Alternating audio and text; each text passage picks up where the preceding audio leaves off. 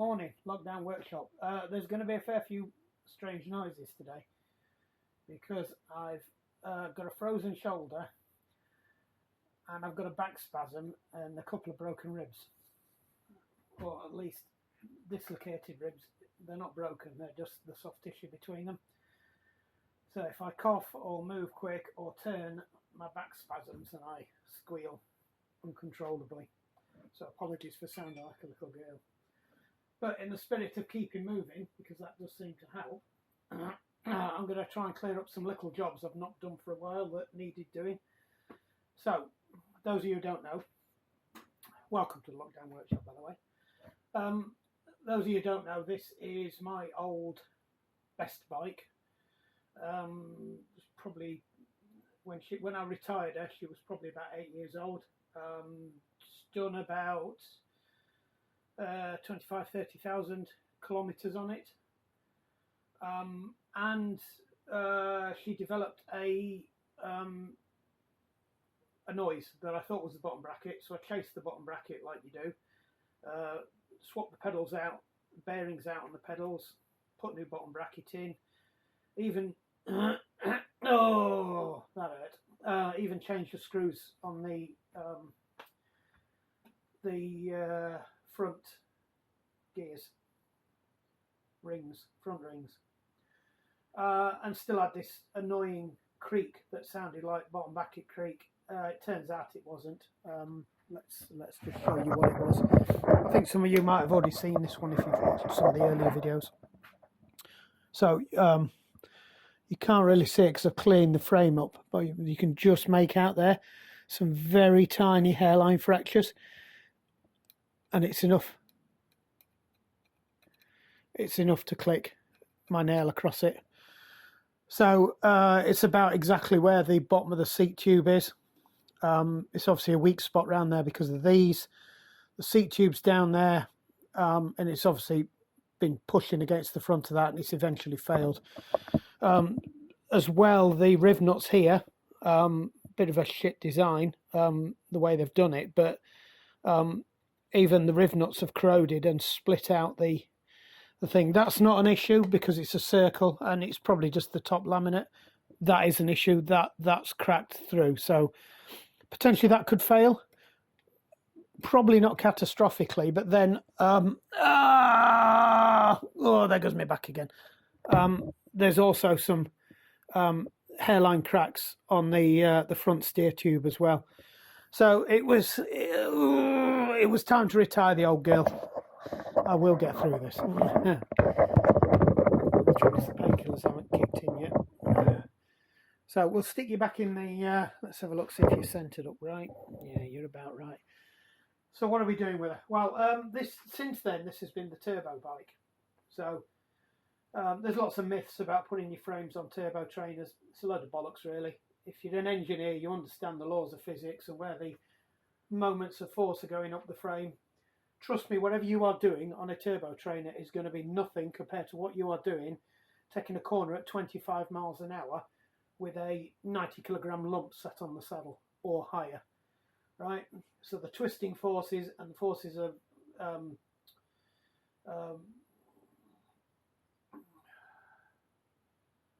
come on, not talk. Well, my head's a bit frazzled this morning. But those moments of force around the pivot points of the force projection, which don't think things that move, think about how the frame's flexing when you go around the corner. You are putting way more load on there, and these here than you would ever do sat stationary, straight up and down on a turbo trainer, because essentially all the weight is being borne there, and any movement that you get from the crank, because that's fixed, is exactly the same as what you're riding on a bike when you're riding it on the road, because those are fixed on the axle of the wheel, and when you press down you are still pressing against the rim of the wheel, so you're still putting the same forces on there, so there's no difference whatsoever. So if any bike shop tries to get out of paying you because your frame's knackered, well, just don't tell them you've had it on the turbo trainer, but it's a load of bollocks, right? There, I've said it. So don't be thinking you need to buy a bike to put on your turbo. You don't. And there's nothing wrong with putting your best TT bike on your turbo, because trust me, you will put way more force on the road than you will ever put on that turbo trainer. Because at some point the turbo trainer gives, it moves. You do a standing track start at the traffic lights and put it all through the big ring, because if you've got to change gear, that's going to do way more damage than you're going to do on your turbo trainer. So anybody that says, and feel free to write it in all the shitty comments below, I don't care. It's simple maths and projection of force and physics. You can't bend the laws of physics. You can bend the frame though. Anyway, right, back to the point. This is the turbo. This lives on the turbo right now, because let's face it, even if that fails when I'm sat on the turbo, it ain't going to fail. But even if it finally gives way, it's just going to go, and that's it. I'm not going to end up dumped on the road with a piece of carbon fibre up my jacksie, which is what could happen if I was out on the roads. So it probably would have been fine, and I probably could have got it repaired. But it's just repairing frames is a whole different kettle of fish. I won't get into that. But anyway, she's a nice frame, and she's still going. She's probably a little bit high spec for what's going on the turbo. So I ended up managing to pick up a whole group set fairly cheap. I think I've got a spare rear derailleur, and I managed to pick up a set of brakes and controls and a crank for not very much, to be honest. So potentially I've got an entire group set on here, and I don't need it. I don't need brakes. I only put them on because I had them. So it's all coming off. I don't need it. I might as well sell it or stick it on another bike, because I've ended up with a spare crank. So you'll see in the other videos, I managed to drop on a carbon fibre power crank, and that's gone on. So I've actually got a spare Ultegra crank, and I've got a spare one of these. So, and as you saw in the other video, well, the reason I've got a spare one of these and a spare one of them is because I upgraded to the 68000 Ultegra, because I have issues with certain frames with that because of the way that's set up. So I thought I'd buy one because it was fairly cheap. That I needed the back one because I wanted to put the bigger block on, and you can't buy a 6800 GS anymore. GS is the one with the longer derailleur arm on it, and I needed a longer one to put the bigger thing on. So I bought the 68000, the R8000 and the R8000 front mech. So I've now got a set of them spare. I've got one of them spare. So if I can just liberate the levers and the brakes from this, then I've got an entire group set that I can either stick on a bike or sell it. That's the plan. So bear with me, customers. I was on Facebook Marketplace and I spotted these. Now the thing is with these is most of the TT bikes that were made in the last 10 years up until recently were all 10 speed. So nearly all the sets of these that people have taken off their bikes are 10 speed. The difference with this one is it's an 11 speed. Right, so it's got the Shimano 11 speed micro shift. It says 11 speed there. Micro shift carbon fibre things on, and it is 11. I checked it because I wasn't sure when even though it says 11 on the side, it is an 11, and a set of carbon tri-bars. So when I'm on the TT bike, I don't like riding TT. I've got a TT bike over there. I'm going to sell. I didn't buy it for myself. I bought it for training purposes, but I'm not a big fan of TT bars. You can't ride them in a group. You'll just get made to ride at the back because you're an accident waiting to happen, basically. Because every time you want to change gear, you've almost got to change your hand position, change gear. Or if you're in the drops and you need to brake, you've got to come out of the out front bars and grab your brakes. So generally, if you turn up on a club ride or one of these, you'll be asked to ride at the back because you'll just end up with people ploughing into the back of you all the time, or you ploughing to the back of somebody else because you can't get to your brakes quick enough. That's why you always ride on your hoods if you're in a social ride or a group ride. So anyway, I've got these. So the plan is, not going to use the brakes. I might just plug these, leave them plugged off and take them out, or just leave them on anyway because they're not doing anything. They've got springs in. So I'm going to stick these on, and I'm going to take the entire group set off, and rewire it up for this. So when I say take the group set off, I'm going to take the brakes off and the shifters off because I've got spares of all of these anyway. So I'm going to leave these where they are, and then we're good to go. And then when I sell this, when I sell the group set, I'm going to make it clear that there's an option. They can either have a band on, or they can have a braze on version, because I've got both, and it's no problem to me because I've got a band that I can put on here to fit this one anyway. So I can put the braze on back on here and let them have the band on if they want that. But it depends on the tube size, really, to be honest. You can probably see there's quite a lot of fuzz and shit built up from the dog hair in the house because it's been on the turbo. So we'll give it a quick service. When I was carrying the bike down, I did hear something, so we'll just bring you a bit closer. It took me about 2 seconds to work out what it was because I thought, that doesn't sound like head knock. When I swapped out the crank quickly one afternoon to check it on here, so I could do a power comparison, I dropped the power crank in here quickly on an afternoon. It's about a 2 second job. Dropped it in, and then I had 2 power meters side by side, one reading the crank, one reading the kicker. The kicker's industry renowned for being a very accurate device, and they tracked within one watt of each other. But when I've put this back on, I've not done it properly. So we've got some movement there. So the first thing I need to do is just nip this up. So we'll break open the tools. Just bear with me. Right, just got to find my funny little spinny device.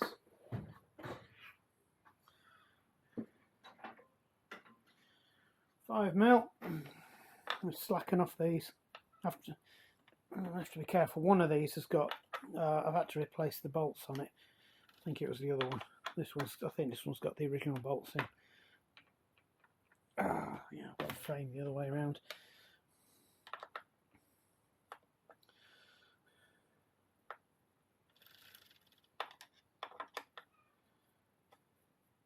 There we go.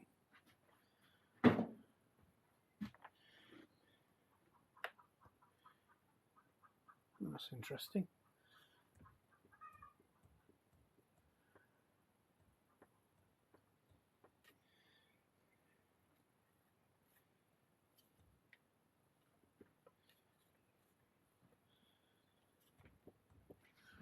Yeah.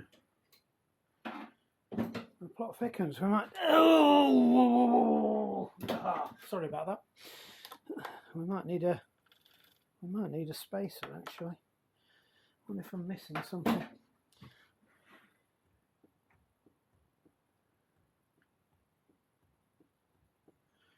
That's interesting.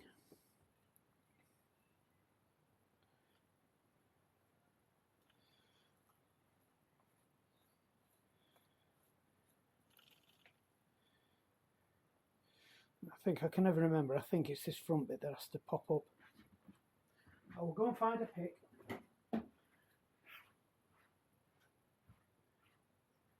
Moving very slowly so I don't spasm.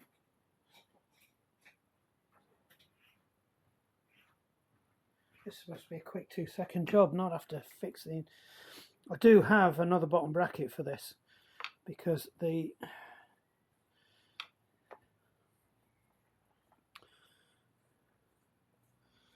bottom bracket that's in it isn't the original. Well, it is the original one, but it's not the original one. No.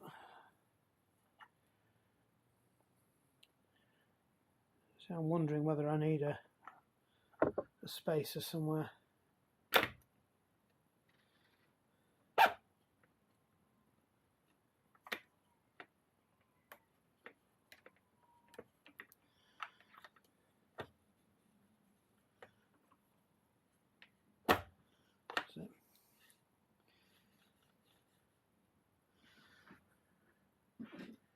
Could just wanted reseating.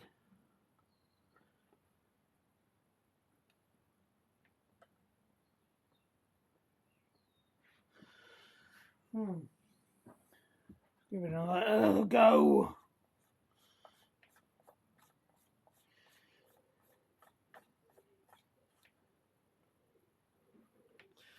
That's definitely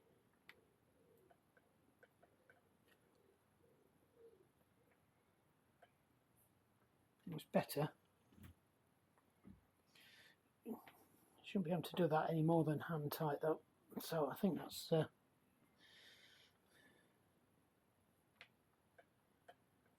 yeah, that's not right. I can't get it off now. Is it a 19 or yes, it's a 17. Yeah, no. 16. 16. I don't think it's going to go anymore, is it? No. So we'll get the bottom bracket spares out and see if we've got a spacer.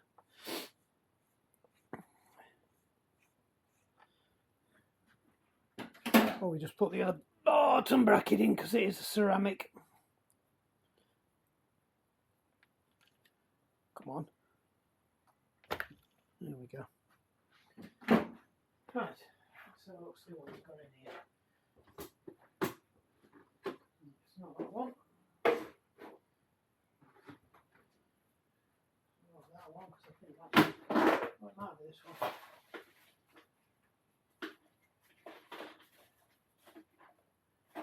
They're all looking rather big.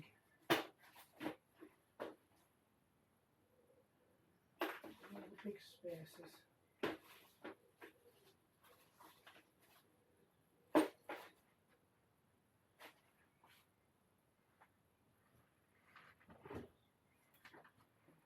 Bottom brackets. I'll just come and have a look at what I'm up to. The hoard. So there are all the bearings. Some caps in there. Nope.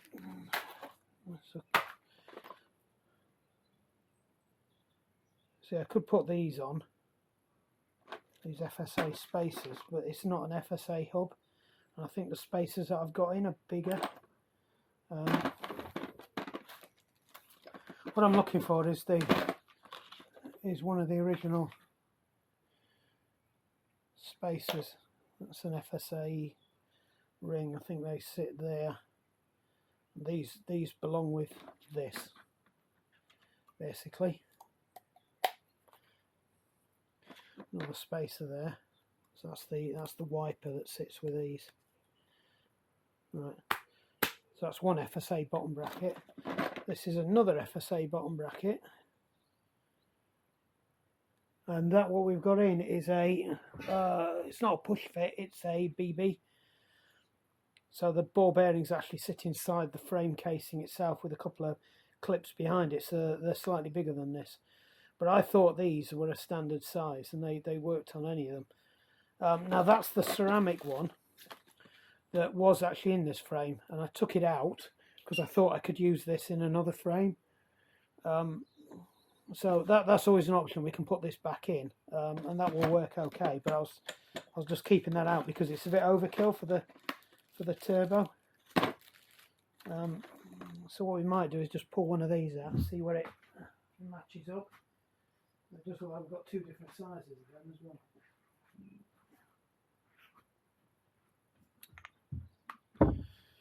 Yeah, so they're different.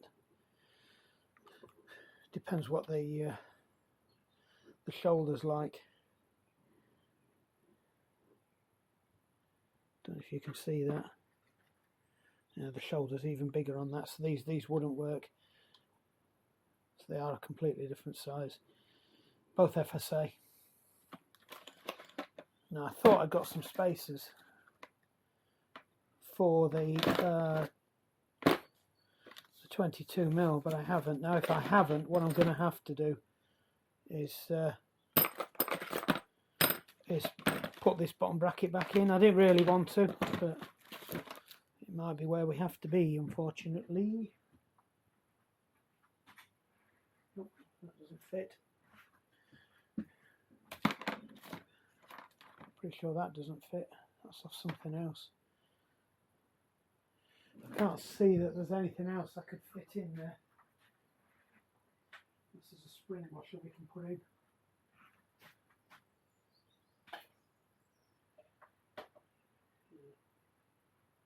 Thought I'd see. Oh, thought I'd seen some spring washers over there. No, so that's potentially an option. It's to sit that on. It is a proper spacer. I think that would do it. What else have we got? Any other options? No, I don't want to do that. That is a proper BB30 spacer for an FSA thing. I thought we got some. Oh, we have. Now you're not supposed to use these on this, but that's a wavy washer, because that's the other option. Stick a wavy washer on. But I think what I'm going to do is just go with that spacer there, because that's. I think the wavy washer, I don't think it'll get me anything. I think I'll have to crank down on it, and I'd rather not. That is a proper. I think it's a 1/2 mil or a 1/4 mil spacer. Just say so on it. So it is FSA as well. So we'll go with that. The parts bucket's done me again. Stick this in. It feels all right.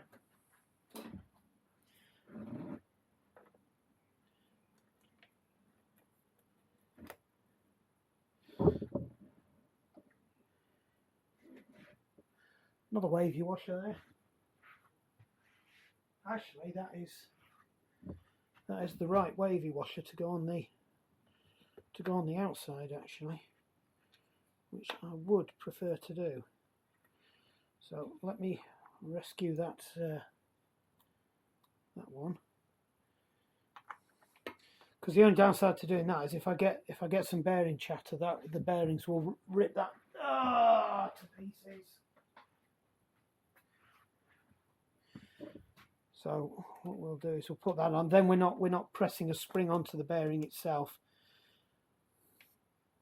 I think that's a better option. Right, where's my little nut? The only thing is I will need to do it up slightly harder than finger tight now, because I've got a compressor spring. We'll see how it goes.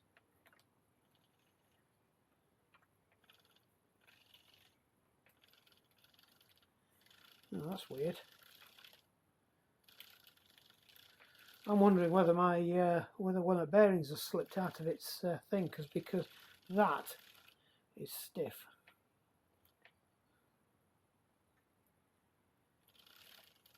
And it shouldn't be. Do you know what? I think this bottom bracket's coming out. I think the retainer's actually dropped out. Oh, flipping heck.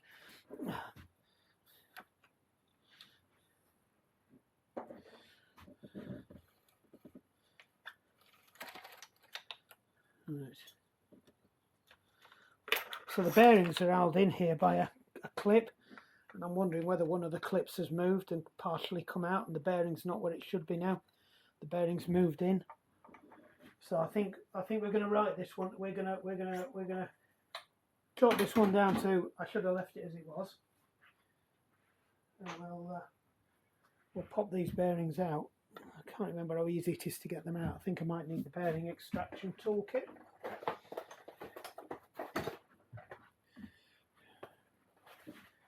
Oh, we're getting the tray filled up already. Right. Let's move all the bits before we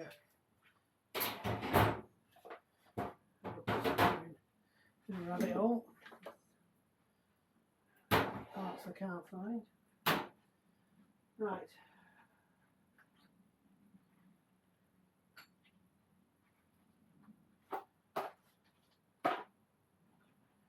Actually, I might have a simpler one in here rather than get the whole rigmarole out. There we go. That's what I was looking for. I think this one is actually slightly easier for me to assemble rather than put the whole thing together on the other one. Right, so that goes like that. That goes perfectly in there. Stick your finger through, wang that over the top. Amazing, right tools.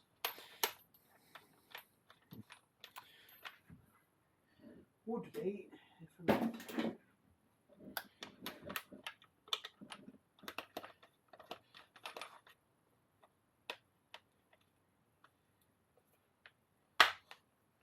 there we go.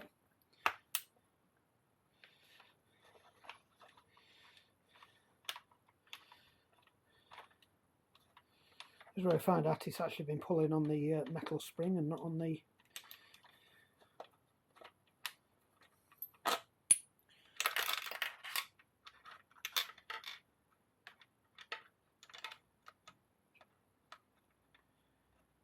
I think it's missing the spring. It just doesn't seem to want to get past that. Let's give it another go. Just go back to the old days of just knocking it out with a screwdriver. Yeah, it's caught on the edge of the cup. There we go, that's out now. Yeah. That, you shouldn't be able to do that. Oh my word, that hurt.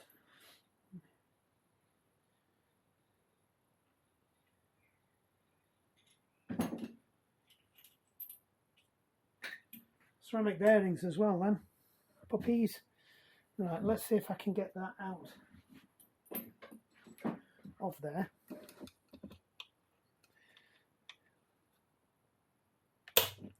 Nope. What else have we got?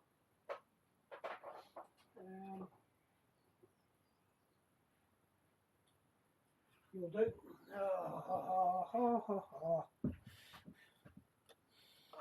was kind of hoping my back would have eased off by now with all this moving around, but oops.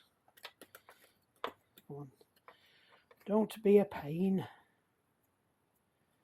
I could probably rock it out now.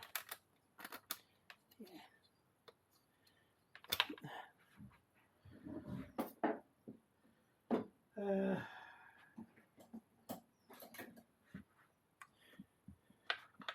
Watch me do it from this side now.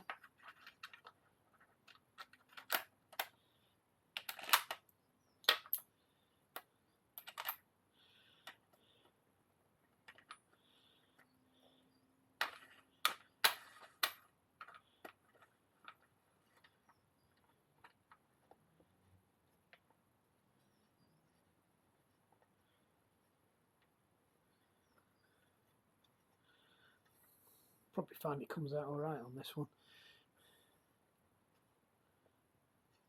Let's pull it out. Nope. Could be why, because it's just spinning round. There we go.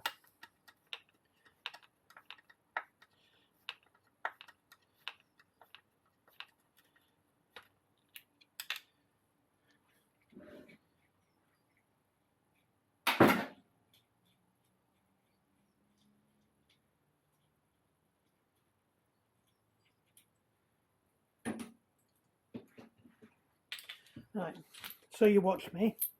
We'll put this back together and put it in the drawer.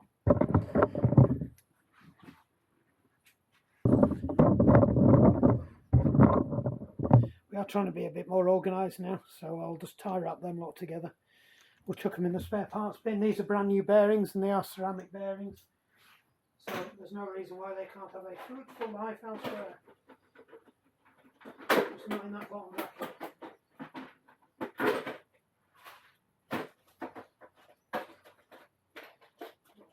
Spaces in there. That's the bottom bracket bit. The bottom bracket cups. All spaces. This is the bottom bracket bit.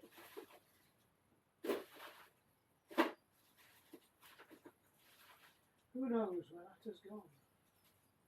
What's there? Right. Bottom bracket box. Spare bearing box.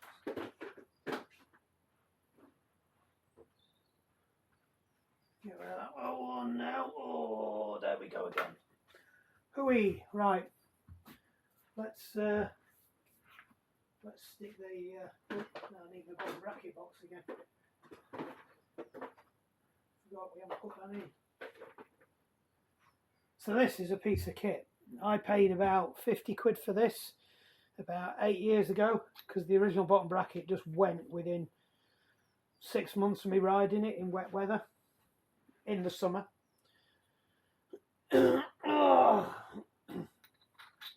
So basically what happens with this is put it in one side, you put it in the other side, and you drive the two bits together, and with a bit of luck and judgment it all fits in. So we will stick a bit of lube on it.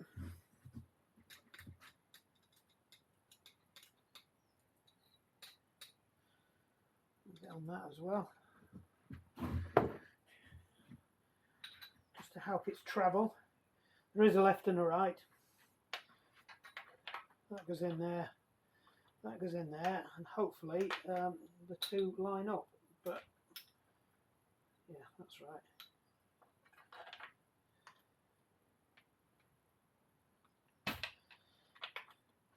Best thing to do. Whoa, whoa, whoa, whoa, whoa.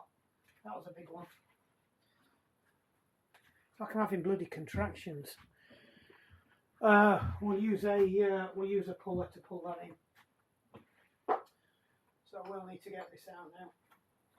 So the trick is, when you're using pullers, is to protect the bearing centre. So you only place weight out on the outside. So if you look on that, the ring of that's going to be pushing against that.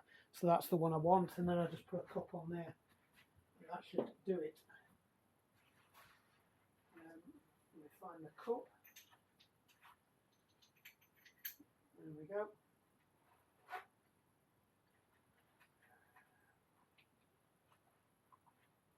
This kit's actually really quite good. It just takes ages to set it all up. You're stood over there and I'm over here. So we'll bring it over here to show you what I'm doing. Right, so that's the cup. And for the wider bottom brackets, you put that on as well. And then that sits over there, braced on the frame. Right. And that screws in there. Then on the other side, you drop that in. 24mm goes in the middle. That edge sits on the outer edge of the bearing cup. We'll put that through. You'll see it in action in the other side. And then you need the why they felt you needed to assemble this as well, I don't know. But to pack it all the way, you've got to take these out as well. And they're really annoying because they tend to come undone while you're doing it. And then you've got this, which is like a Lazy Susan bearing. Is there any way I can describe it? So if you watch New Yankee Workshop, he does like his Lazy Susan. So it's a spin bearing. So it's to provide a frictionless transfer. So when you're putting this down, you're not grinding on the threads. Does it make that much difference? No. Does it justify what I paid for this? Not really, because I didn't pay a lot for it. It was an eBay special, I think. But it did look to be a fairly decent kit. So what you're watching for here is that it's going in straight. I know you can't see this, but you'll see it on the other side, because I'm going to do exactly the same thing again on the other side. Except I will have to use a different cup. Right, that is in. Don't crank it too far in case you damage the bearing surface or the CNC piece of kit on the other side. Right, so now I've got to work out whether that will go over there. Yeah, so what I'm looking for now is that will sit over the top of what I've just pressed in, and it does. So sometimes you have to mix and match this stuff a bit. Right, now hopefully this will slide over the top of the inner that's already in there.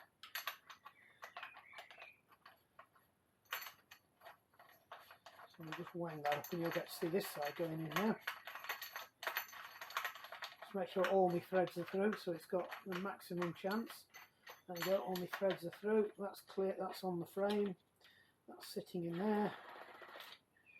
Right, just give it a wiggle, make sure everything's straight and in line. And then crank down on this, and hopefully that's going to go over the top of the sleeve in there. That's got a rubber seal in it as well, so that should keep all the shit out of the bearings that flows down the tube.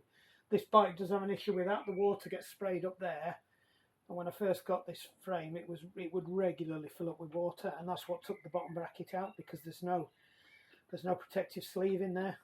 It's just a whole bearing open to whatever's in there. So hopefully that should mean we can get the crank in now without any issues, he says.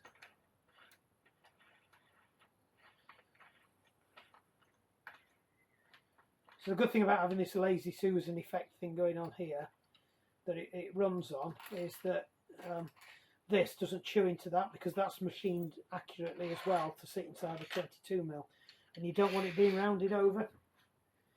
Right, let me just blink, we're back. Right, let's just shove this in here now. Let's just check that we're all good.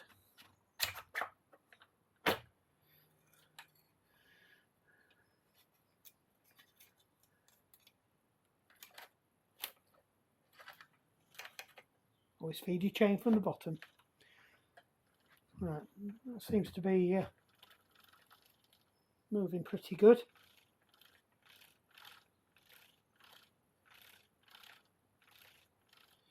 Do we like that? Yeah, I think we do. Still seems to be going pretty well. Stick the crank on there.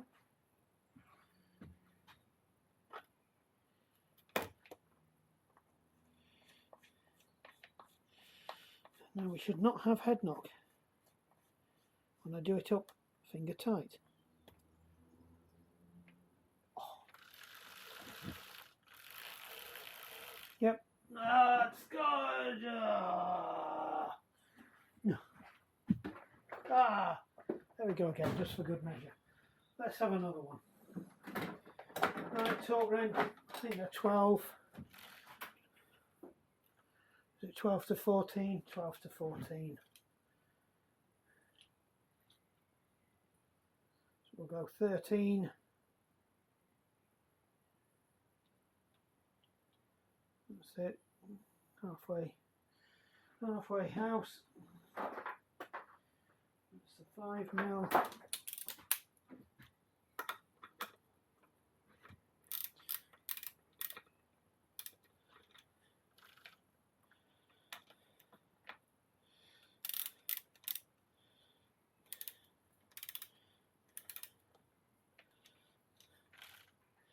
Do them up bit by bit so you're not overloading it one way or the other. I'm nearly there now. Make sure these do have a tendency to pick up a bit of shit and crap.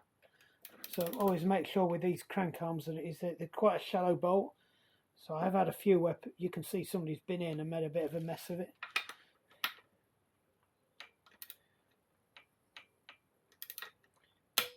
That's it.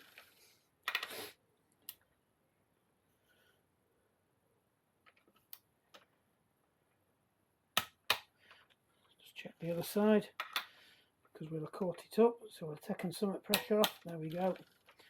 That should be good enough.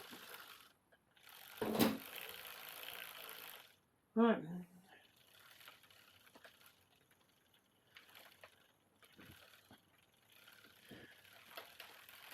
Now what I'm going to do with this is, I don't know if you can see that, it's a little bit draggy. Oops. Oh dear. The excellent gadget has failed. But it doesn't help I was spinning it the wrong way, so spin it backwards. It's when you get it up to the top especially, it's a little bit naff. So you get it up there when you're riding, and then you go to go down and it doesn't happen when you're on the turbo. It gets stuck. So I think my cables are a little bit worn, or the inners are worn. So what I'm going to do is I'm just going to take these all out and just see what I've got in the box of bits, just to switch them out, because I'm probably going to have to extend them up there anyway, depending on what the bars. So best thing I can do now is just disconnect everything. So get these back down so there's no tension on them. I'll flip the frame round and we'll get all these off, get this off, and I'll need to stick that on the other bit as well, and then we'll see where we go from there. Actually, see if I can do it the cheats way. And on you down you come. That one to do it. Oh, there goes me back again. Try to take myself out to lift it. Still end up wrecking my back. We'll need to give the frame a wipe down. I've just absolutely covered it in cack. Right, so let's get these off. So I'm going to need a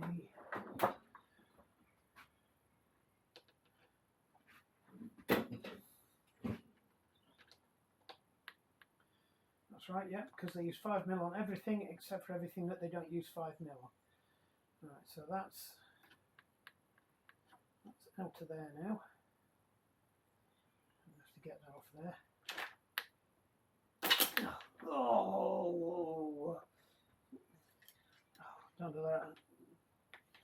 Kids. Oh god, internally routed. It's going to have to come out. And that came out easier than expected, as long as the internal cabling is still intact. Right, so we'll just kill that off there. That should just come straight out. But so I don't want to be dragging those around. Oops.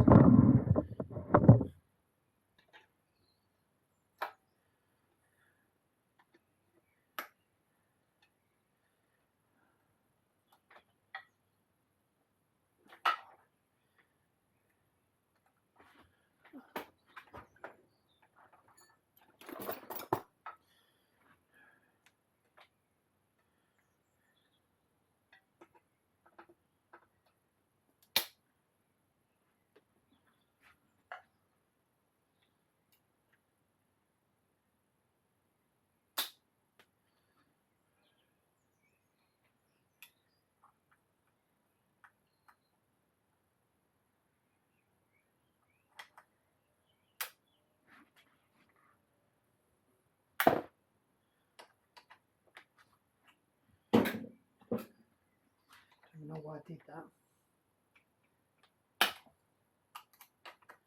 Must have done it way too tight. Must have been a bit overzealous with that one. Right. Same for this one. Let's get them out. Try to lose the adjuster off that. Right, let's get the back brake out. I'm pretty sure that is a 5.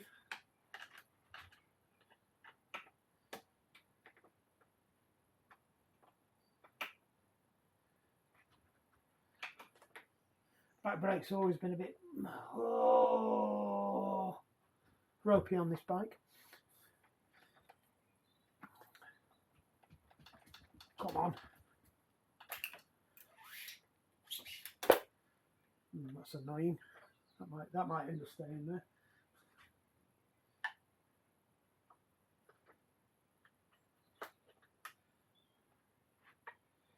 Let's get the brakes off.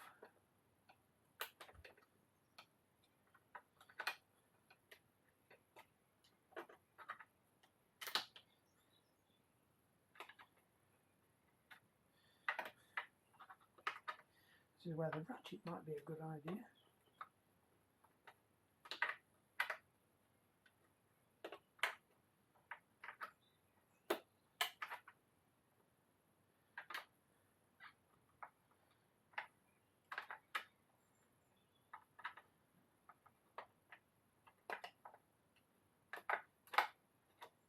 Nearly out. Right.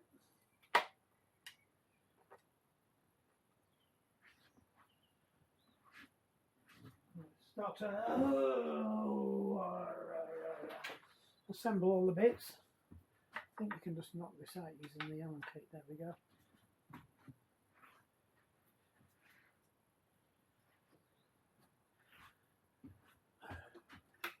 Same for the front one. Oops, you've just not watched all that coming off the back. Same with the front anyway.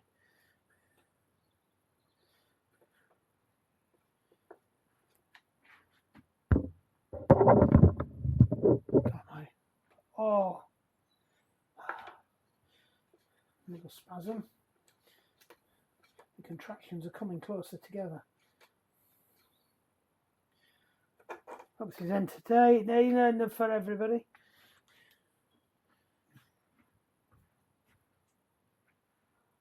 So we'll give them a really good clean and get them ready to get sold. We just need to get the head tube off now, and I need to work out if I can get that out or not, whether I want to bother. Now, is that 5 or no, that's the next one down. Oh, that hurt, that one.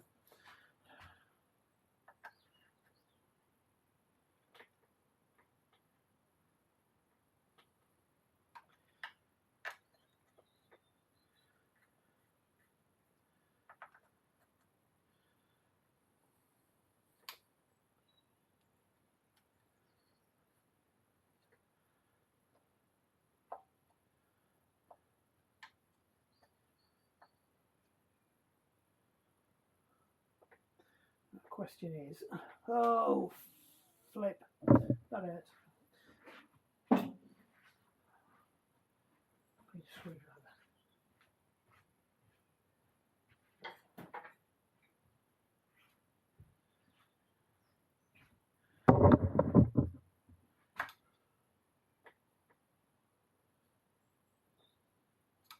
That's tight, I don't know why that's so tight.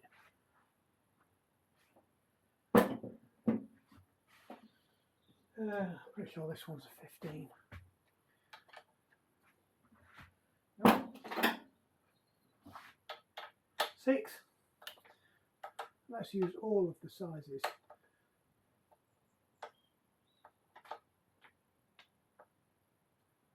Oh, what's happened to that one then? Oh, it's gone through, that's why.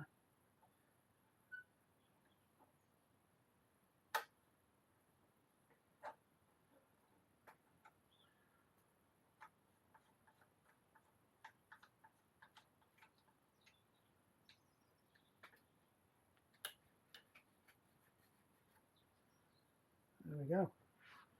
Free!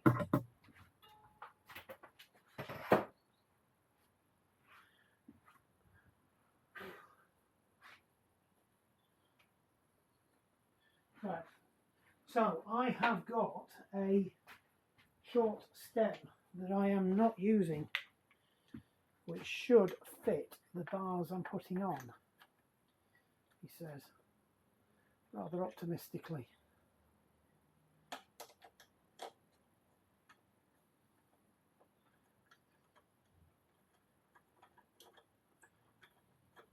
It's a bit of a cheap shit stem, but you're better off with a shorter stem with TT bars. I've also got to trim the TT bars down as well. So I might have to get my carbon saw out. Right.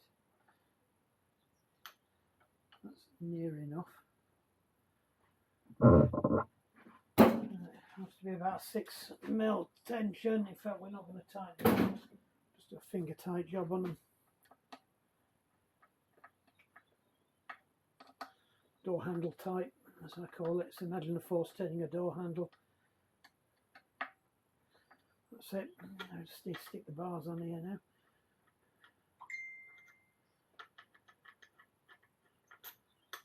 I think it came off a mountain like this. But oh.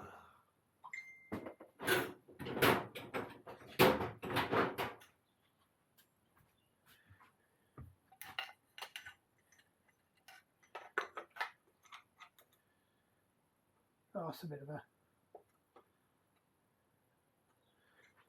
right. No, plan B.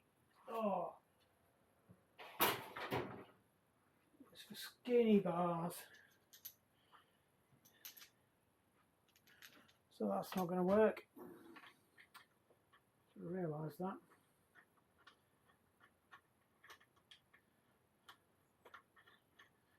Right, let me go and see what else I've got in the parts. I do have another one. I really don't want to use the Dida one. It's too good a thing to be just sat on a turbo bike. Thought with this coming off a fairly modern mountain bike, it would have had the bigger things instead of the 1 inch. So we'll just leave that there for a minute. Oh no, I'll come back to you. Oh, let's get this off. And chuck it back in the parts bucket. Yeah, I thought I got another mountain bike one, but I must have given it away or sold it. It was a very short stem one. Whatever, we can't find it. So it's either in another parts bucket that I'm not aware of. I don't need to have a clear out of the parts bucket. I've got some stuff in there that's never going to get used. So that though, oh, I keep finding a way to use it. Oh, that was a big one. All right.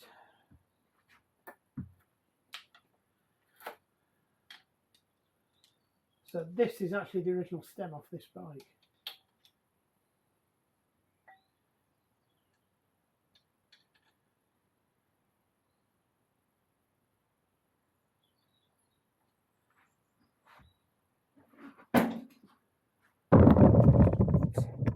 Sorry.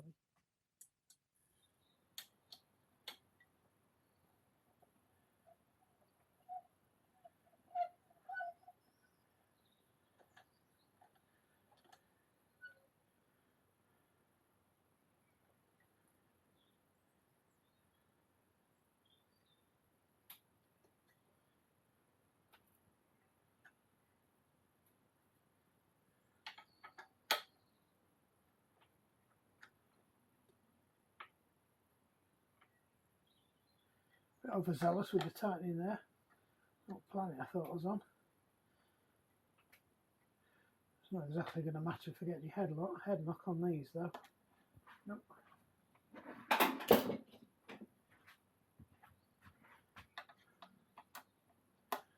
Again, door handle tight.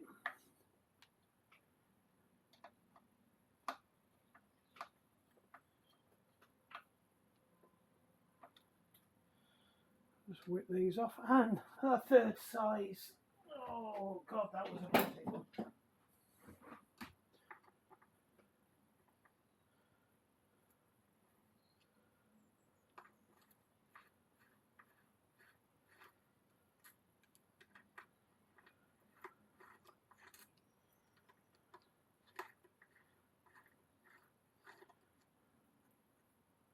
Red thread lock, really Planet X?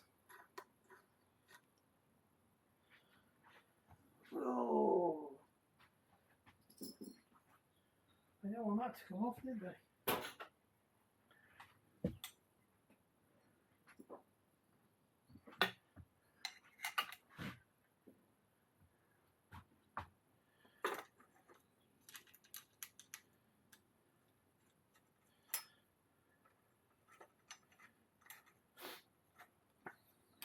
I'll have to set these up.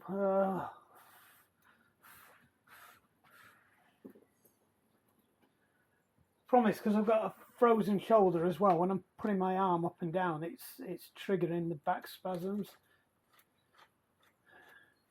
See, I landed heavily on a metal step. Right on the corner of the step went into my last couple of floating ribs at the bottom. But I've knackered all the muscle as well, so I'm getting like what you get with the sciatica spasm.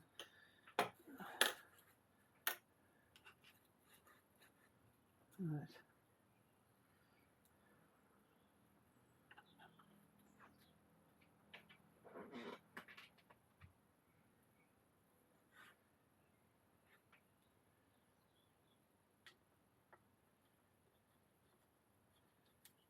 So that's probably somewhere near.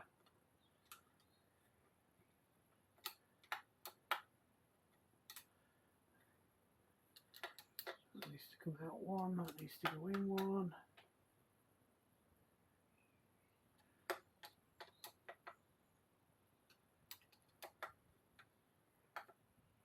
That's it, torque them up from the bottom.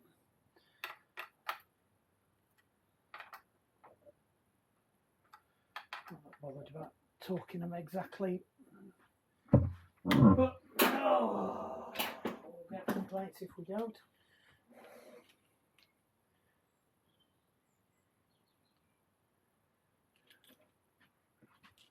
6mm. Not with the 5mm, the 6Nm, but not with the 5mm.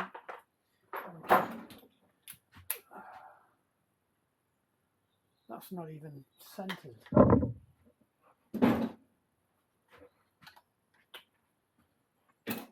Come on.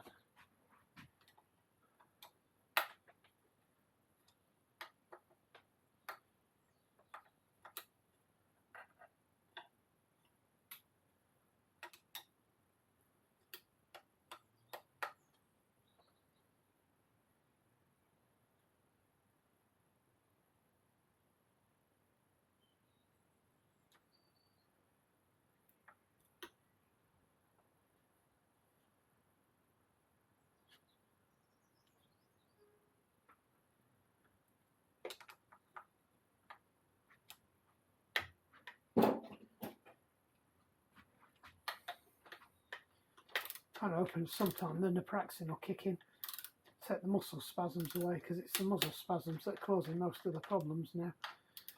The fact I can't breathe, I can live with.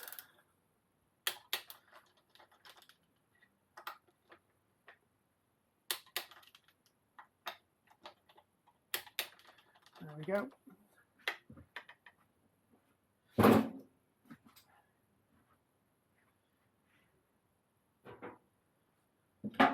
Bars time. Now we're not going to have these too aggressive because I'm not planning on practicing being aerodynamic while I'm stood still on the turbo trainer. But it wouldn't do me any harm to be down on the drops. Most of the time I'm just going to be sat up holding on to these. I'm only going to need to change gear when I'm actually on the free rides, because most of the other time you leave it in a fixed gear when you're doing a workout. If you do these kind of things, you know what I mean. If you've got a smart turbo trainer, you leave it in the best gear for that turbo trainer so it doesn't knacker it up, and you just go at it from there. Oh, I'll tell you what we haven't done. We ain't cut them down. So I did measure it, and I need to cut it down to about there. So we need to, sorry, that one, we'll take that one off first. So we need to take 1, 2, 3 out. So we're going down to that one. So I'll bring you back in a minute. Right, so we've got the gag for cutting carbon steer posts, which I'm sure I can use to at least use it as a guide for this. So yeah, I think we're going to get away with that. It's probably not the correct use for it, but I was going to use a pipe cutter, but the pipe cutter, I can't find it. So I think they're in a I've gone under the house, and I'm not going hunting under the house. So what I do need to do though is I need to disassemble to get the bolt out that holds them in the end.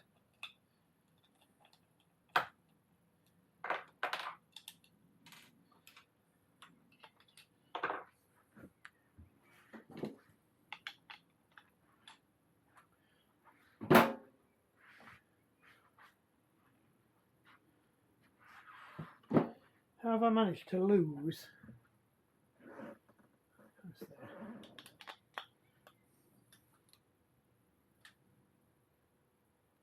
there. Flipping heck.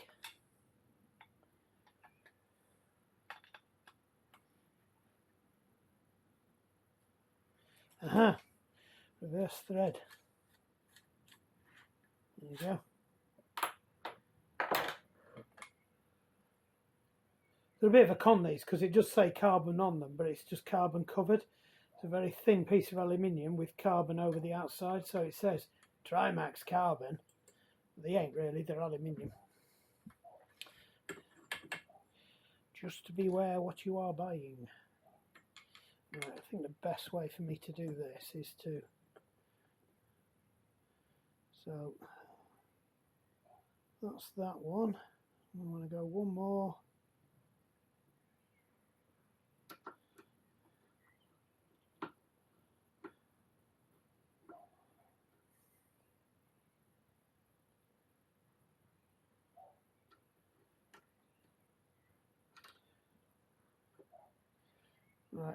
So I can see that white line I was aiming for is right in the middle of there.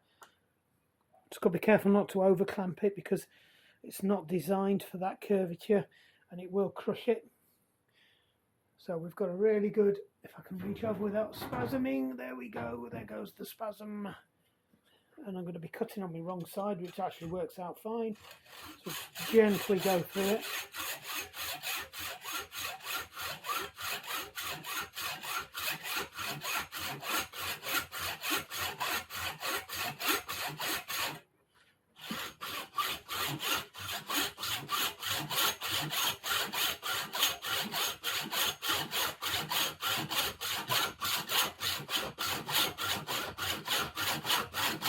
Once you get through the top bit, it goes quickly.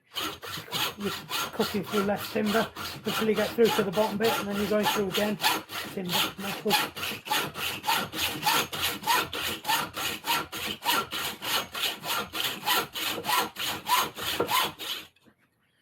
Shotgun with my other hand.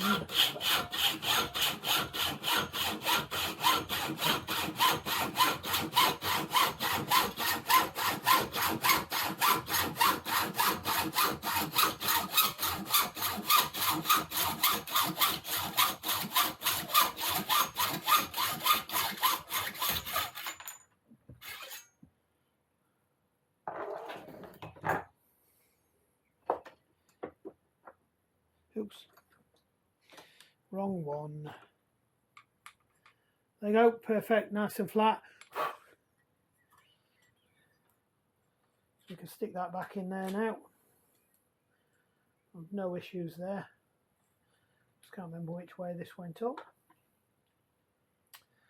I'm guessing it went in that way. If not, we can spin it round. Be the opposite to wherever that one is. Yep, that's where it wants to go. Unless I just need to line it up.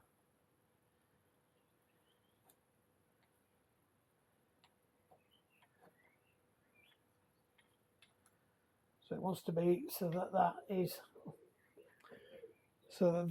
level with that. And you can see it's slightly off.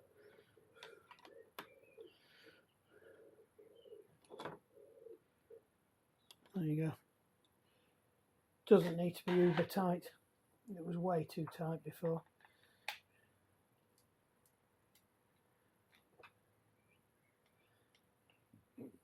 And then this screw, as you put it in, also serves as a tensioner. Now I just need to be careful because I can't remember which way round when you put these in, whether you need to thread the... So these are also a tensioner as well.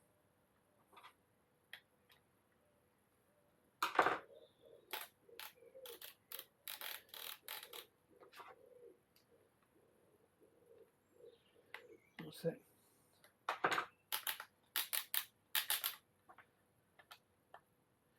Oh, we've got a low battery again. Going through these batteries today. Right, so I think we should be. I might have to take this off to feed the threads through anyway, but we'll get this one installed on the thing and just swap. Right. No, whoa, whoa, whoa, whoa, whoa, whoa, whoa, that's a big one. Got that one clipped on, got the other one cut down, so I'll just show you putting one of these on. Now, setting these up, it's a bit of a black art. It's a lot harder than doing a normal bike fit. You've got a lot more to take into consideration. Although the riders generally on the TT bars shouldn't be on them for a very long time because time trials generally aren't that long. But people do tend to use these for long distance triathlon races as well. Personally, I think what you gain in the aero position, you lose in bike handling. So, but it does seem to be a common theme. Even the top triathletes use TT bars and TT riding thing. So I think what you'll tend to see with in triathlon, though, especially on the longer distances, the Ironman half iron, is that they're riding out front bars for the aero position, but they don't have a full cockpit.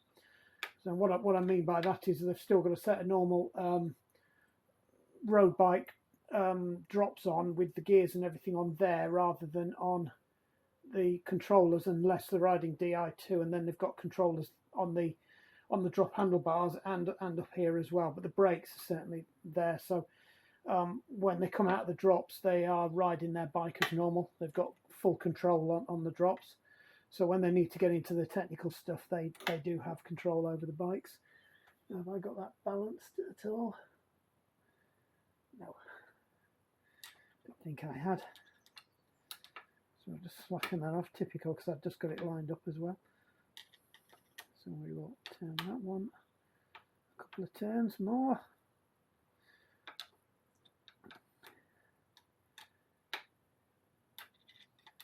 Then we'll line them all up again. But like I said, I will need to tune these up from here. I've trimmed them down only because I measured them earlier. The idea is you don't want the pads on a joint, so you want the pad just in front of your joint. And your arms, the down part of your arm, should follow the track of the front fork in most cases, so that the force is going straight up, not at an angle. And I have a few issues with that from an ergonomics point of view, and it's completely different how you ride with a saddle. But it does seem to be what is the given norm, and who am I to argue with years of people's doing this that have been doing it longer than me, because I'm not an expert with these. So I would kind of leave it to somebody who knows what they're doing. I am doing more of these fits. I generally go with what the rider feels. So you follow the general instructions, and then after that you just have to go with what the rider feels. And even if you disagree with what they're telling you, you sometimes have to just go with that. What you will tend to find though is a rider will tell you, oh, I preferred it like that, but what they don't realise is they're actually causing some problems. So sometimes you might have to push back a little bit, but just tell them to watch out for something. 9 times out of 10, if the athlete's honest and they are having some problems that you predicted, they will come back and say, no, actually you're right, and I was having that problem all along, is what you generally find out. Particularly knee problems seem to be a common manifestation.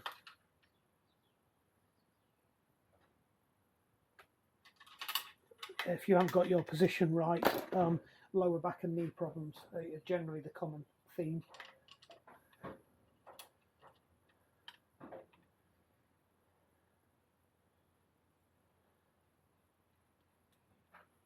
This height seems to be okay. I haven't had a back spasm yet working at this height. I ought to switch to all my working at this height for the rest of the day. That's it.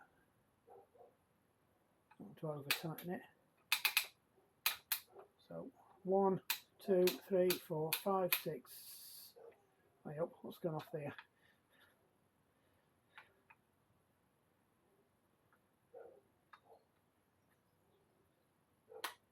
Let's try that one. I've not done the same thing with that. No, that's got full range of movement, that one.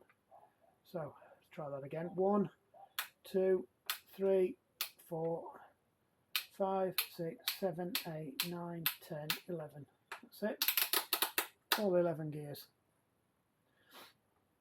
Right, stick them up. Oh, what did I say? Oh, I spoke too soon. There's a classic example of how most TT bikes get broken as well. But because of the way these are, that comes round and smashes straight into there. So you usually end up getting one with a broken there. So when they've come off, whack, there goes your carbon frame. You don't generally get that with with your normal drops, because it hits the inside of the drop, which is padded. So there you go. And I'll be honest, if I was riding this normally, that would be the other way up. It'd be a lot shorter, and you'd actually be hitting it there, or hitting that bit there. So now that's quite good. We've just got to get all the cables in now. Oh God, that hurts.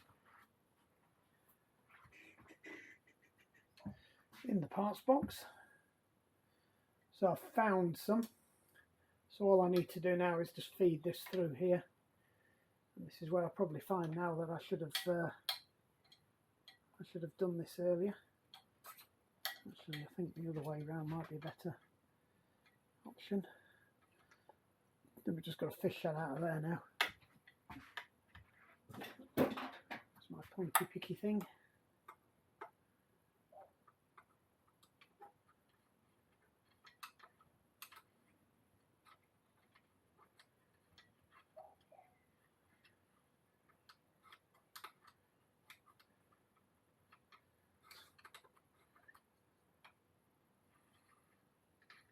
Way too far.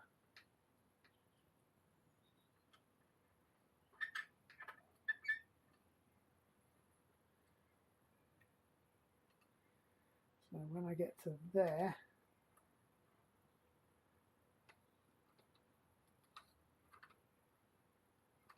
trying to get the pick down the feel it, just can't get to it. That's there, but yeah.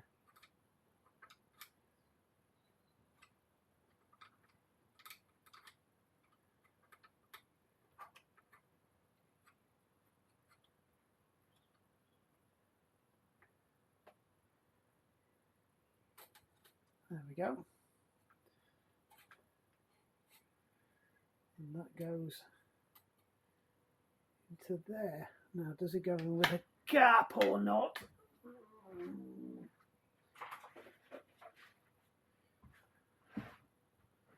Suspect it will need a cap. Yep. So I'm not too precious about these.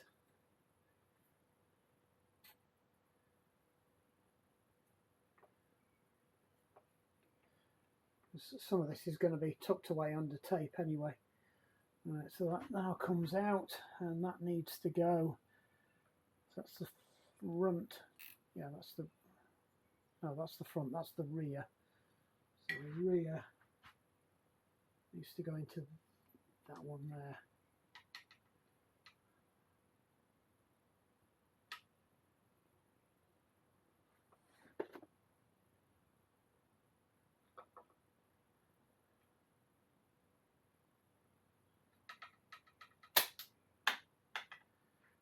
Right.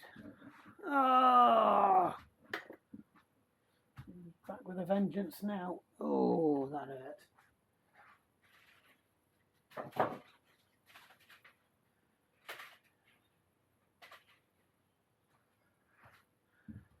Given that we seem to be having problems with sweat eating these, I'm going to put some plastic ones on. What I haven't done is splayed my end. Where have I put my cutters now? I'll check the other one. I'm guessing the other one's okay, because I could be completely wrong. We'll know when we come to try and shove it in. So you've seen me use these cutters before. They come with a bit of gadgetry to them. Let's have a look at this, because we can guarantee it won't be right.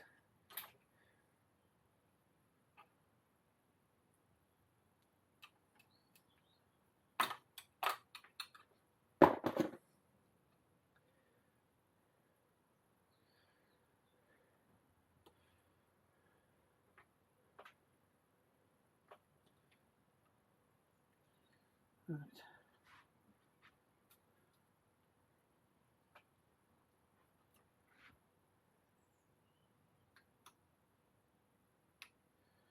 Probably doing with a bit, being a little bit shorter.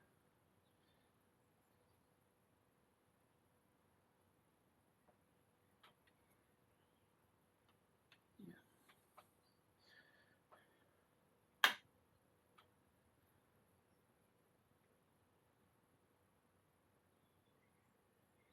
Take about an inch off that. Like I said, I'm not going to be turning these, so I don't know why I'm getting all overexcited about it. But just in case we ever do decide to chuck a set of wheels on it and put it on the road as a TT bike at an event or something, take it out of retirement. Might as well make it so, well, mind you, I've got my brakes on it. I suppose it won't take long to set a pair of brakes on it. Some cheap and nasty ones. Yep, that'll do. Right then. Yeah,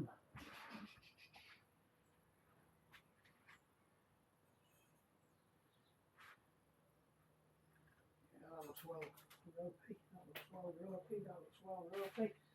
Right then. Time for a set of new ones. Break into the expensive pot. So these aren't Ultegra, but they are Shimano rolled flat ones. So they are about as good as you can get without buying the ridiculously expensive Ultegra ones. And the question is, can I do this without having to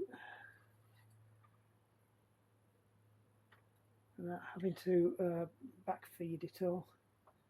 Let's make life easy for myself. Kind of hoping it will go through there. It will go through if you're actually shoving it in the right hole. Always make sure you shove it in the right hole.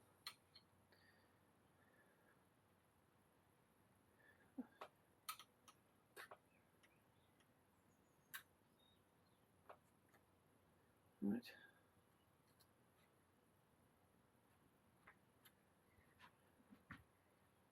Now hopefully this will just go all the way down now.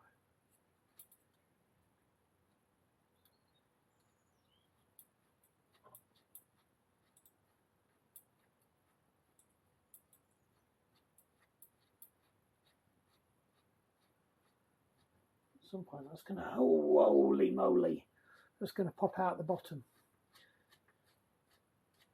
Yep, there we go. Big pile of shit's come out with it as well.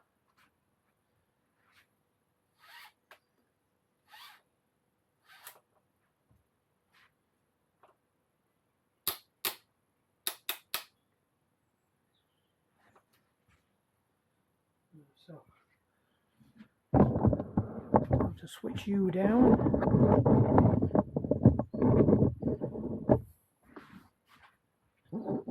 It's a bit grim under there, doesn't it? Quick wipe down before we go any further. Never actually properly cleaned this bike before it got put on the turbo trainer, so it's whatever it had on it on its last ride out. I think when I broke it was in the summer, so it shouldn't have been too bad. Problem is when it's like this, when it's just left greasy like this, it does attract a lot of the rubbish. The dog hair mainly gets stuck to it. You see there's a lot of crap came out of there then as well. I think that just fits over there, yep. So it's a while since I've done this one. Right, so all we need now is the, oh, fucking hell, that hurt. Now one of these might do me. Again, it might not. That needs to be a longer one than that. Where's that one I've just been hacking up? Take another chunk out of that, unless we think that's going to do that.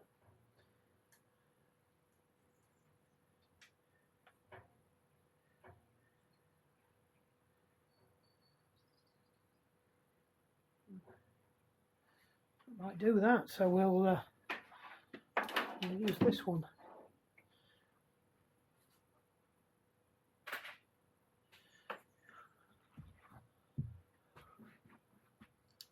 Chuck that out of the way. That can go on there.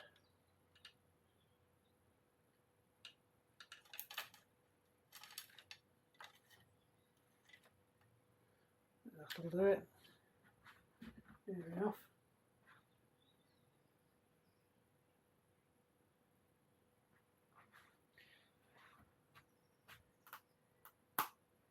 Oh, that's tough. Sorry, I'm wandering off doing stuff. These Jaguar ones are really heavy duty, which is why most places don't fit the Shimano or the SRAM ones. They put the Jaguar ones on, and must admit, I generally, if I'm doing a thing, I recommend people let me put a Jaguar set on, rather cheap and cheerful.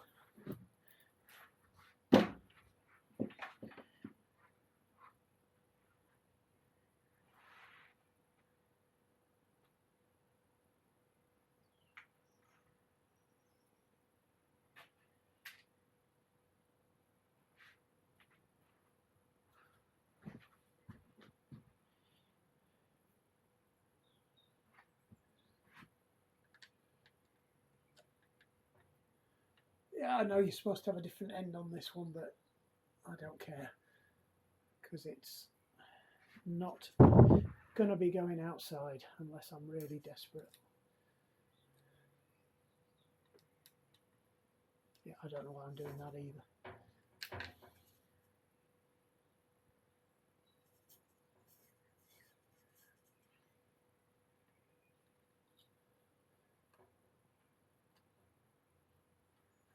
There we go. Sit that around there. Sit that in there. Just make sure nothing's got the wrong side of anything like that. Have I done that?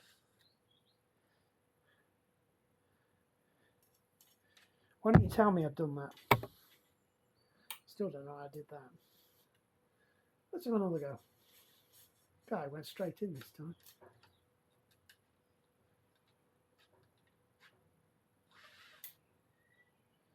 And there we go. Right. So we will leave that as it is. Oh my God, that hurts. I'll thread the other one up and I'll bring you back in. Right. Boring bit done. Now that's the sweary bit. To be fair, these Holdsworth frames are brilliant. Much better than the new Holdsworth frame. Again, you can see there's some delamination of the gel coat where the water's got in round there. That's a big problem with these, with a lot of the earlier frames in the way they did their fixings. I think the way they do it now is generally a lot better. Now you've got to be careful with this one because I think it has to go the other side of that for it to work. And that cable in there.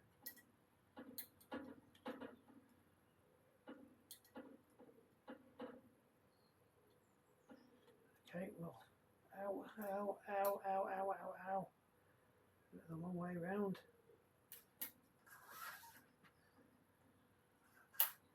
That's it. Just make sure that that's where we need it to be. Right. So in theory now, come on, bite.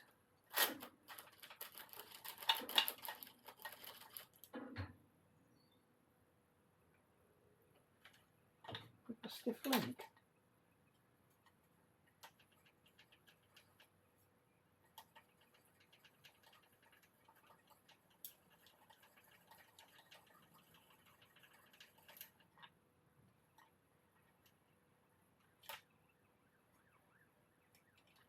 Now why this is being awkward all of I see why it's come off the roller. That's why it's being awkward.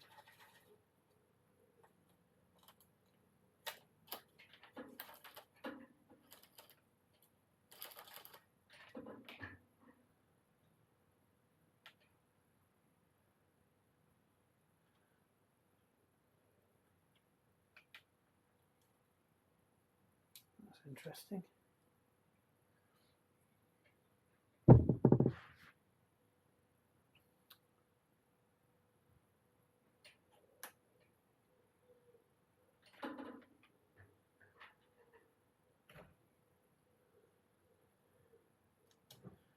Yeah.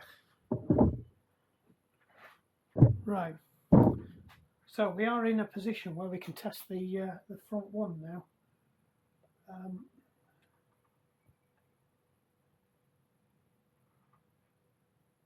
So that ain't nowhere near tight enough. Not sure which one it is I've not tightened now. It's that one. So this one needs to be a bit tighter. Come on, you're going to have to move out away from me a bit. I can't reach across. Back's hurting too much.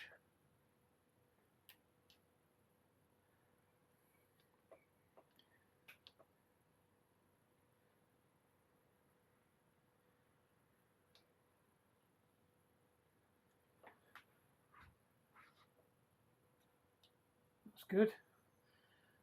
What about this one?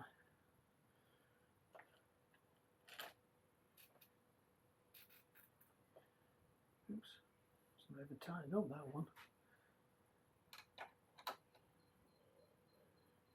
Now the only thing I haven't got is an adjuster on this, which I should really have. So I'm probably going to have to go and refeed that one all the way through now, because I don't have an adjuster on it. But I might not need an adjuster. I do think I had a spare adjuster. I did buy a spare adjuster. So I should have one somewhere, it says.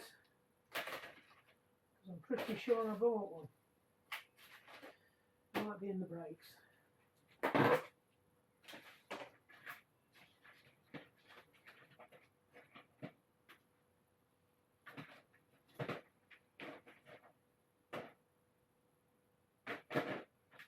Nope. So I did have an adjuster. I definitely bought an adjuster. I can't find the said adjuster unless it's in here.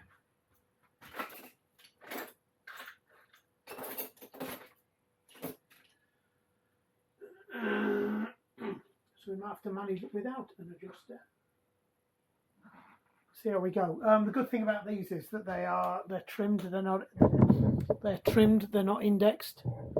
So we shouldn't have so much of a problem. It's not a click, click, click, and he has to hit it at a certain point. It's like the old school. For this one, it's like the old school mechanism where you just pull it and it moves basically. And I've still not tightened that up because that's just pulled straight through there.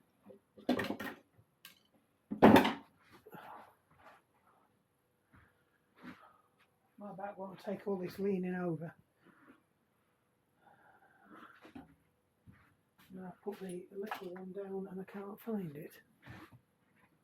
Yeah, it wasn't in the groove properly. I hadn't really tightened it down hard enough. See how that goes now.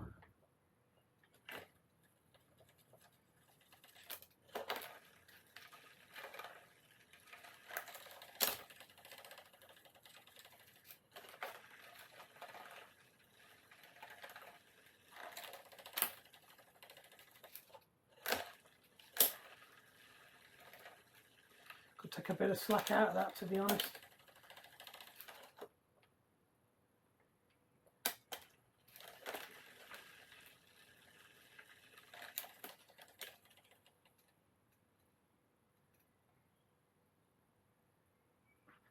Yeah, we're going to take a little bit out just so it, so that ends up in a position that's comfortable.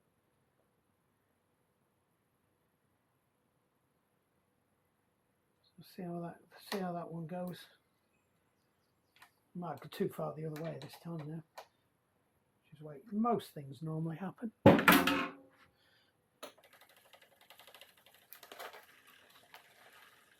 it. That's a much nicer position. So I don't have to move it too far. Could do a going a bit. It could even go a bit further, but that's it. We'll have that. And all I've got to do now is just check this one.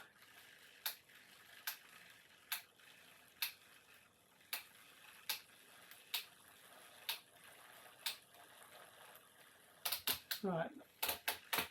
So what I will do, I will find a back wheel to shove in here. How good I was. This is the, as I said to somebody yesterday, if I'm on form, I can usually do these straight off and I don't have to do any adjustments. And I do know this bike inside out, but this is TT bars, not done them before. Right, it appears to be running okay. Just a couple of tertiary checks before we try the first lever. And it is racked slightly high. There's nothing, no issues around there. I think we can get away with that one.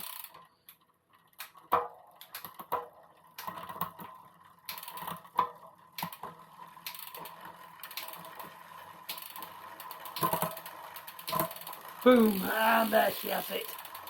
Everyone a winner.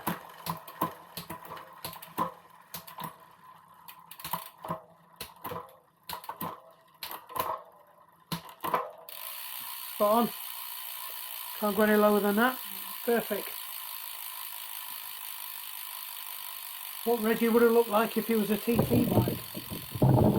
All this glory. Right, let's just have a quick look and see if we've got any ends floating around in here. Probably need to buy a pot of these at some point. Oh, that's all one actually. Let's get all these out of here.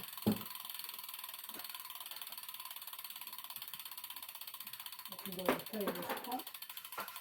Nothing floating around in here. I need to collect up. No. If it's two ends out of here then. Sure, I did see one over here.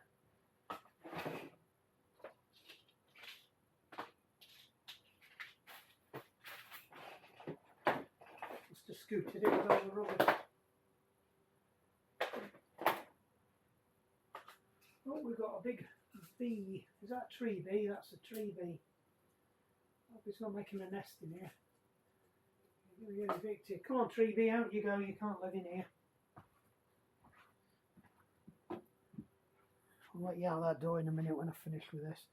Right, give myself a little bit of play with that.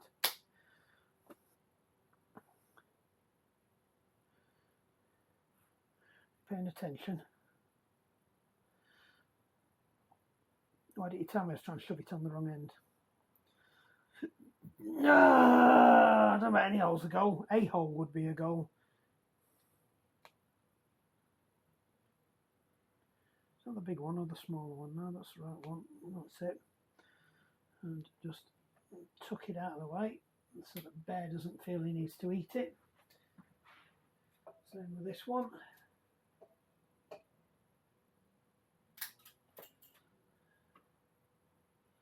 You always have to be careful with these because they are a bugger for catching on your tyre, and you think you've got a problem, and it's not. It's your things rubbing on you.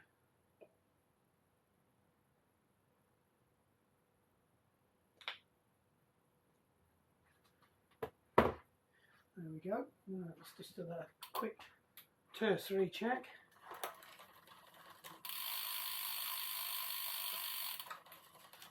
So what you don't want is it to rub on the tyre there, but you don't want it to rub on your leg when it's there.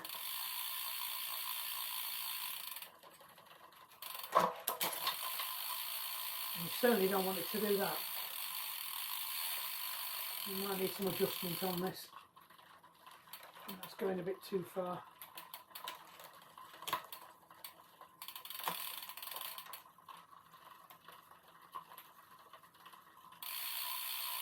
Just need to wind those adjusters in. I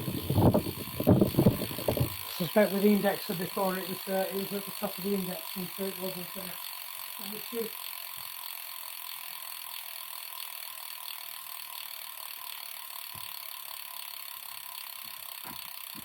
I'll work out which one does what now, because I can never read the high-low because it's always got worn off.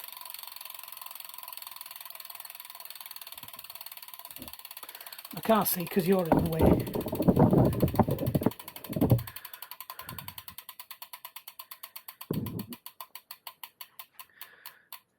Right, I think it's this one. All right.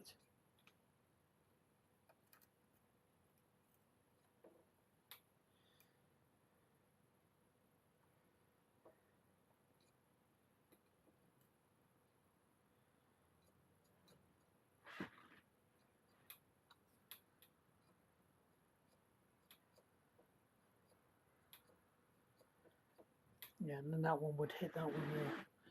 So we get a different screwdriver because this one's not playing. You can do these with a flat or a Phillips or a posi. It doesn't seem to be that particular, but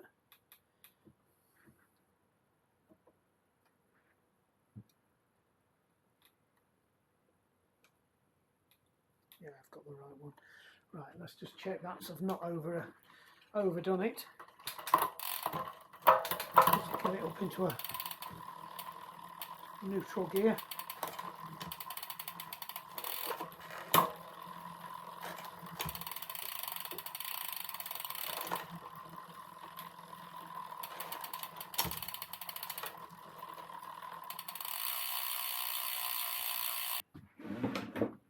Right, let's just give it a quick run through the gears again. We've adjusted that front one out. let's have a look then. Right, big gear first.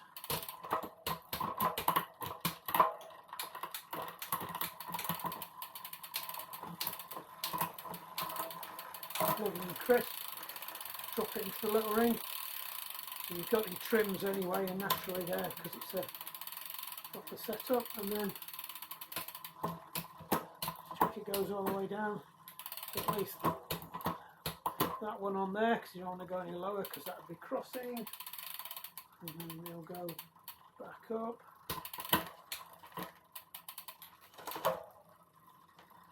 There you go.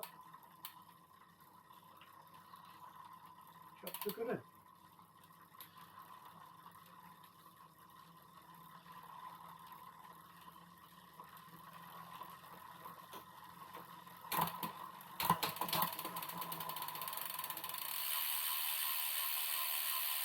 Well then, I think that's all good. Reggie lives again. Take her off and take her back upstairs. I'll just give the frame a quick wipe down, you don't need to watch that. But that's that one done. In the bag. Right, hope that's useful. How to convert your normal road bike to a TT cockpit with all the gears and everything.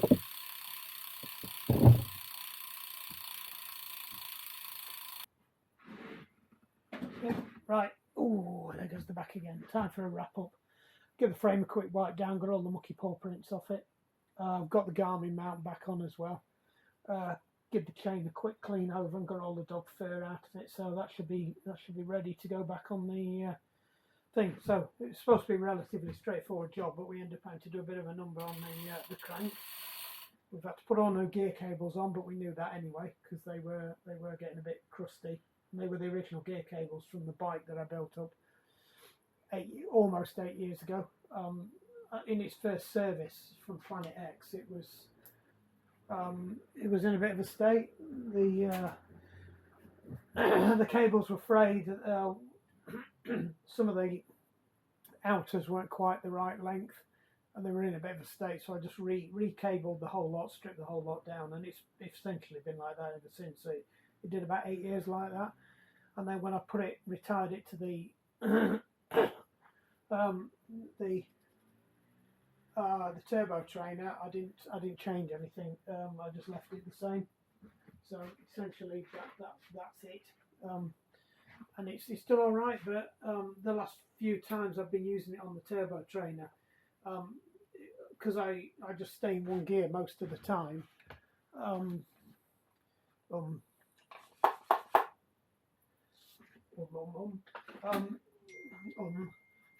Because I'm in one gear most of the time, it tends to, when you come to do a free ride on Zwift or RGT or whatever it's called, and you need to change gears, it just gets stuck in first gear, and you cannot get it out without kicking it or booting it up and down a few times. And then every now and again, when you wanted to change gear, it just doesn't respond. So it needed doing. Absolutely spot on now. Looks mint. It always was a lovely bike, this one. So that's what you want to do. If you want to change your TT bars, it's quite simple. It is quite invasive. You pretty much got to redo all the cables. So at the same time, you might as well want to swap your inners and your outers out. Do it at that point. Don't reuse the cables because they'll be bending in different places. So you'll have bends that are built up over the year and got used to it there, and you'll try them somewhere else, and it just won't work. The only thing I've got left to do now is just put some tape on. You're not bothered about seeing that. It's just a bit of tape there, just for a bit of comfort for when I'm sat on the bars there. To be honest, I'm not that bothered about tape when I'm on the turbo, though I might put some around there. I'll see how we go. I might leave it anyway,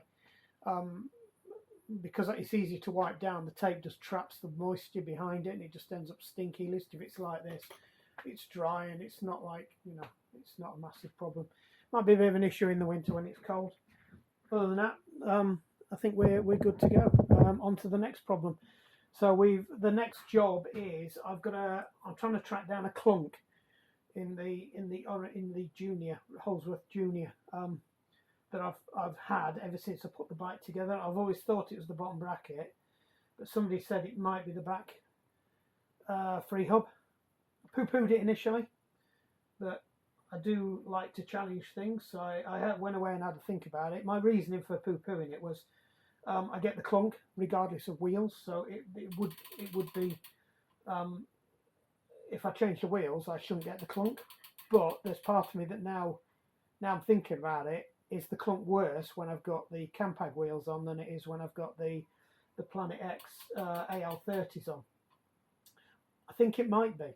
So it could be I've got a clunk on both of them.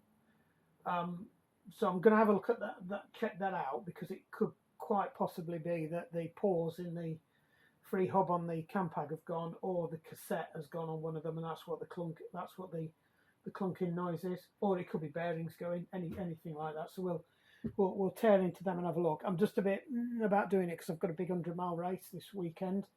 Sorry, not a race, sportive. And I'm not too sure about ripping the back wheel to pieces before I go out on that. I might leave it. I don't think it's going to fail, but it would be nice to track that clunk down, because I've had that clunk for nearly 2 years. And I've tried everything. I've spent a fortune on bottom brackets on it. One of the reasons I bought the new crank was in case I'd got a problem with the Ultegras. The trouble is, most fault finding is around having a baseline known good. And if my wheels were my baseline, what I thought was my known good, then I'm struggling. You know, I've got a set of pedals here that is my known good, and I put these pedals on, I've still got the clunk. So it's not the pedals that's the problem. You know, you swap the crank out for a crank that doesn't have a problem, I've still got the clunk. Right, it's not the crank then. I put a brand new bottom bracket in, it's still clunking. So then you're starting, well, is it the frame? Is the bottom bracket not seating in the frame properly? And I've got an oval bottom bracket, which I still think it could be.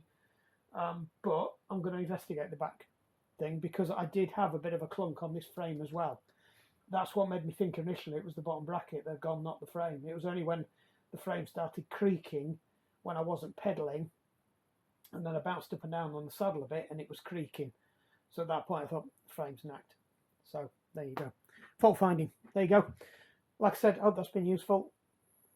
TT bars on a normal road bike, full cockpit, full up front controls. That's how you do it. It's not really that difficult. I think the hardest part's probably setting the gears up. And if you can't do that, go and find a gear magician. Your gear doctor knows how to set your gears up, because it's a 2-second job for them. You could do all the rest of it yourself and just let him cable it up if you want. Just rip everything else off, because that'll save you. You saw it took me probably about half an hour to an hour to get all the stuff off the bike.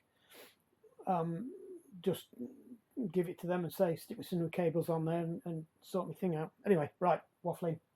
Jobs are good, and like and subscribe. You know the deal. Later. Jobs are good.